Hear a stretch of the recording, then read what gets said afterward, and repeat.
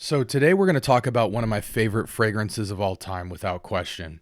It's not just great office. It's not just great every day. It's not just great signature. This fragrance speaks to me as a person. It really fits my personality, and I just think it's one of the greatest things I've smelled in FragCom. One of the greatest. But strap up and let me tell you about it.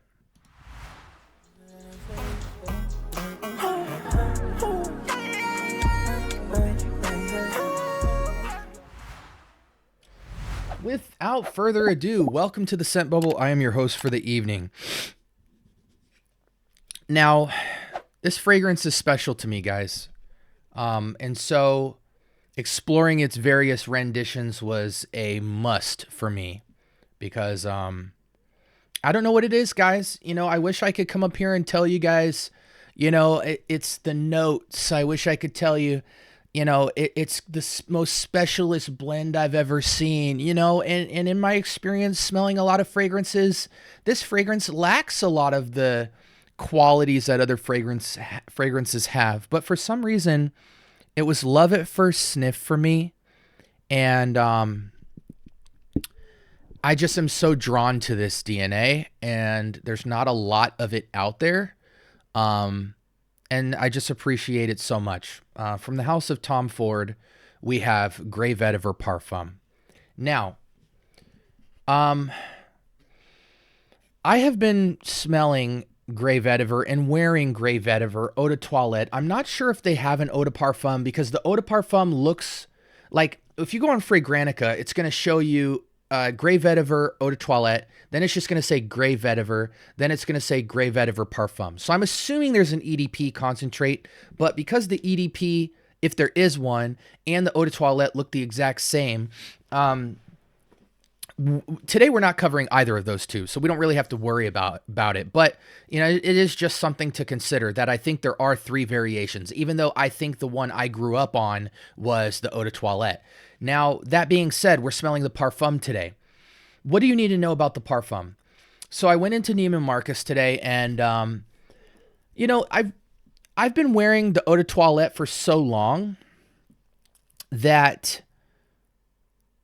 it's like when the Parfum came out, I was kind of intimidated because the Eau de Toilette is so projective, so loud in the initial spray. In that first hour, you just get that very unique, soapy, clean vetiver grapefruit DNA that's just so mesmerizing, so classy, so serious, yet has a softness to it.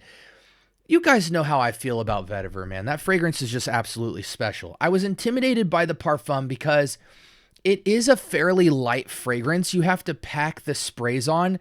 It's a silent killer in a lot of regards. It's a smooth criminal. But I thought when the Parfum came out, I was thinking, if they go any softer with this, any smoother, I don't care if it has more dimension or not.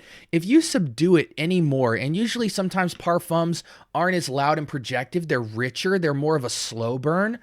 I was afraid that if that was the case with Grey Vetiver Parfum, then I wouldn't really prefer the Parfum because I like it as loud as it possibly can be because I love the DNA so much. It's so smooth. It's not distracting. It's head turning for sure, though. I think most people would classify this as kind of an executive feel, an executive office, not quite black suit and tie, though you absolutely could rock it with a black tie beautifully.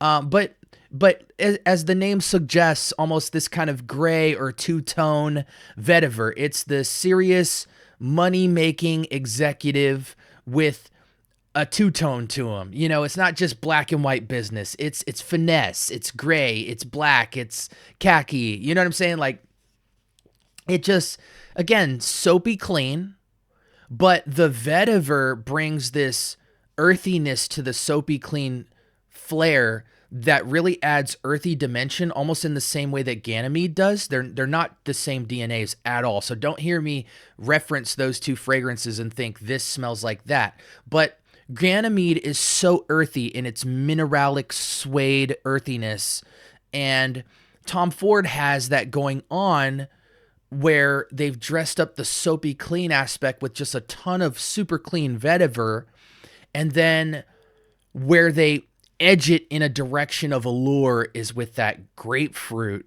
and I believe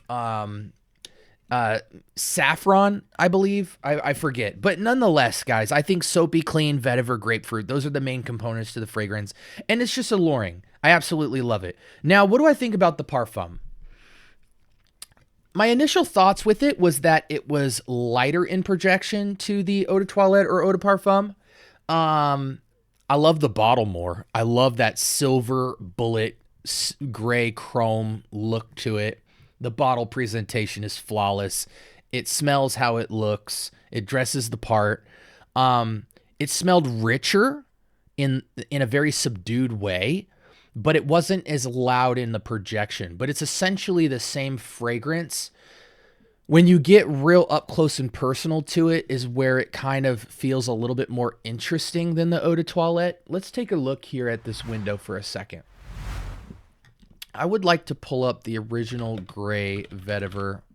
And again, as you can see, it says Eau de Toilette, just standard, doesn't say Eau de Parfum. They might actually just both be Eau de Toilettes, but who cares? Let's just assume this is an EDP for a second. Actually, you know the way we'll know is seeing the note changes. But yeah, as you can see, orange blossom, grapefruit, sage, nutmeg, or that orris root really comes through. Pimento, not so much. And then vetiver, wood, oak moss, amber. I mean, this is just such a finesse fragrance. Let me just check this name of Eau de Toilette and see if it's different here. And it is. So the Eau de Toilette has the basil and the artemisia and the bergamot. That's the main difference. So yeah, there is a Eau de Parfum concentrate of this. I'm most familiar with the Eau de Toilette. I think the Eau de Parfum and Eau de Toilette are the loudest, notably. But all three of the Grey Vetivers, and I don't want to make this a comparison video too much because we'll make a conceptual, more snapshot view of the three later, but all three of them smell extremely close. It's just a little bit of background dimension that changes them, but the projection on all of them is fairly similar, just in different volumes of loudness. And then when we get to Grey Vetiver Parfum, we'll notice a deviation that's more simplistic, but somehow is still richer. With top notes of orange blossom, saffron, and Haitian vetiver. And it makes for a more mild, dense, subdued take on it. But I find that the more it wears on skin, the more kind of majestic it gets with time.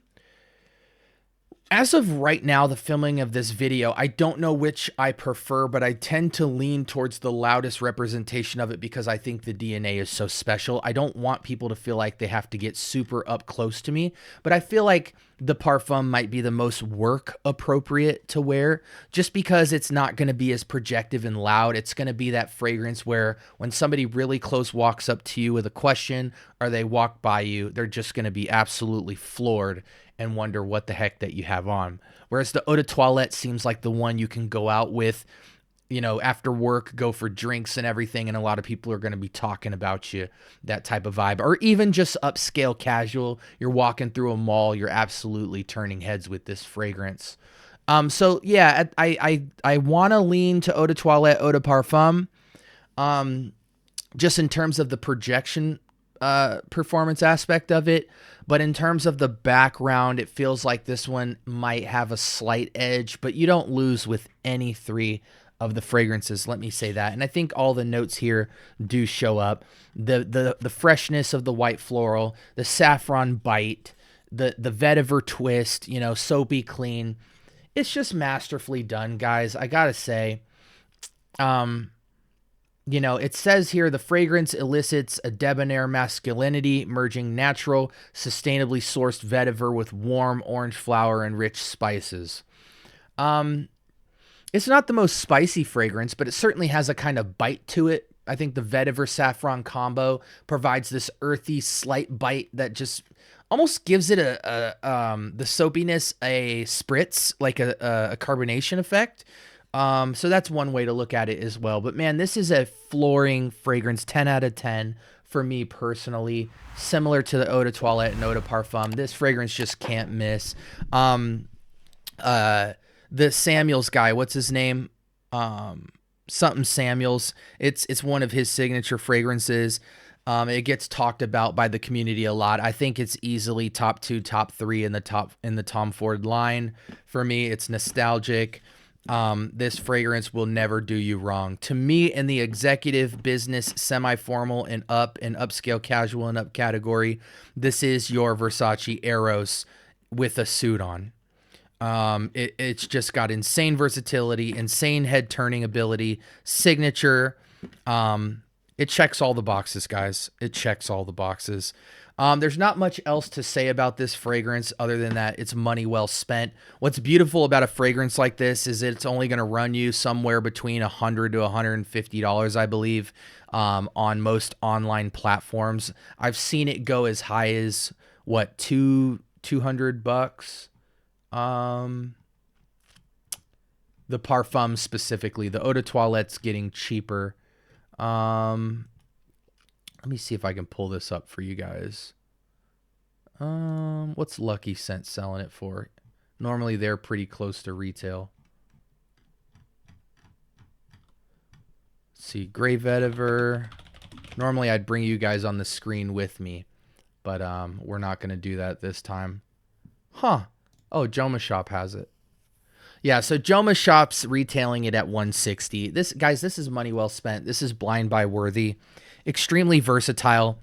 Ageless fragrance. I think if you're 20 and under, you got to be careful because you're not working an executive job. Your clothes game is probably mid. You know what I'm saying? But I think it's fresh enough to where it absolutely can work almost ageless. I don't think it's unisex. I think it's a men's fragrance, but I think a lot of women would find themselves being drawn to it. You know what I'm saying? It's kind of like, it just has this effect with it where it's so natural and fresh and earthy that I think a woman could absolutely rock it. I think it truly is perfectly unisex, maybe the tiniest bit masculine leaning, but it's certainly a masculine fragrance. No one smelling this on a man will feel like it has feminine reminiscence of any kind. It's just earthy. It's earthy and soapy. And it's slightly sweet. 10 out of 10. Any season, any reason, ageless, occasions, upscale, casual, all the way to formal. It's beautiful. It's a beautiful fragrance, blind buy worthy. That's all I'm going to say with it, guys. And the Parfum really, I like that they didn't deviate from it because similar to Dior Homme Intense or something like that, like I don't want to see a lot of deviation with new formulations. You know, they nailed it. They absolutely nailed it. Subtle changes, cool, but you know, don't get too crazy. So I'm glad they didn't just deviate from a super high caliber winning formula. Let me know if you guys have tried the Parfum. Again, I think it just comes down to how loud you want the projection of the fragrance to be. If you want it more subdued and controlled and more long lasting with time in terms of the sophistication, you go to the Parfum. If you want more performance and projection, you're going to sit around the Eau de Parfum and Eau de Toilette, similar to kind of your Terre d'Hermès, a similar vetiver fragrance that operates in the same fashion. This is a 8 spray plus fragrance, unfortunately, but fortunately, you're going to love to up the sprays on this to get maximum performance, or at the very least carry a travel spray. But it's such a winning DNA, you just deal with that. You know what I'm saying? Let me know in the comments if you guys have had this, which one you prefer, and how you wear this fragrance. I'm really interested in hearing that. Make sure that you like, comment, and subscribe. More importantly, turn on that notification bell so you can catch all the great content coming from this channel. This was Tom Ford's Grey Vetiver Parfum, and it is an absolute banger. It gets my full cosign, and this is the Scent Bubble. I hope you guys are blessed, and until next time, peace.